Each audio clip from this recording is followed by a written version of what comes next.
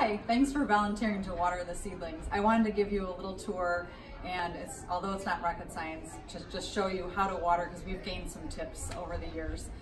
So these are our grow lights. We have 2 sets here, and then we also have a black set of grow lights around the corner by the door. So we can show that to you in a little bit.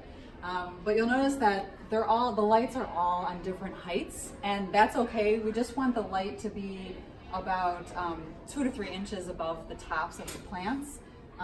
There's going to be some rogue plants, and that's okay, but just as a guideline.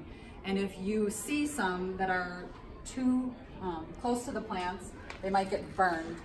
This is how it works. So you just come over here, loosen this, like it's a wing nut type.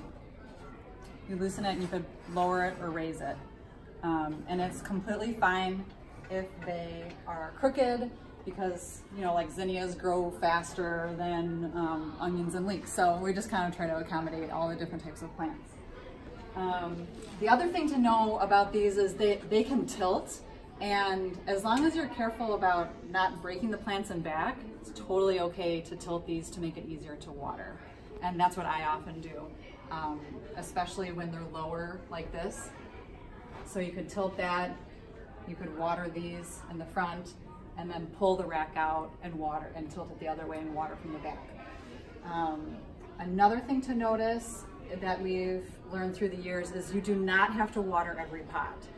So you'll notice that some of these, if you want to come closer, some of these are dry, and you can see it's just the dirt's lighter in color, and you can see that it's dry, and you can touch it, and if it just flakes off your fingers, it needs to be watered. But like if you go down here, this is darker in color, and you'll feel the wetness, and you can see it like sticks to your finger much more, and those do not need to be watered.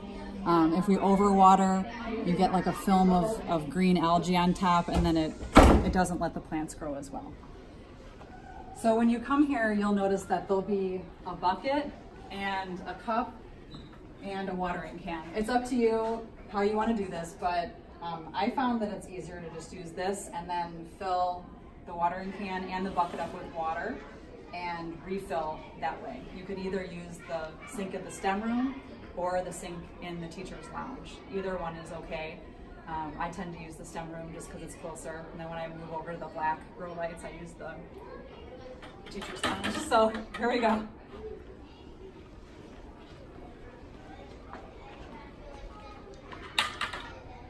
Tilt.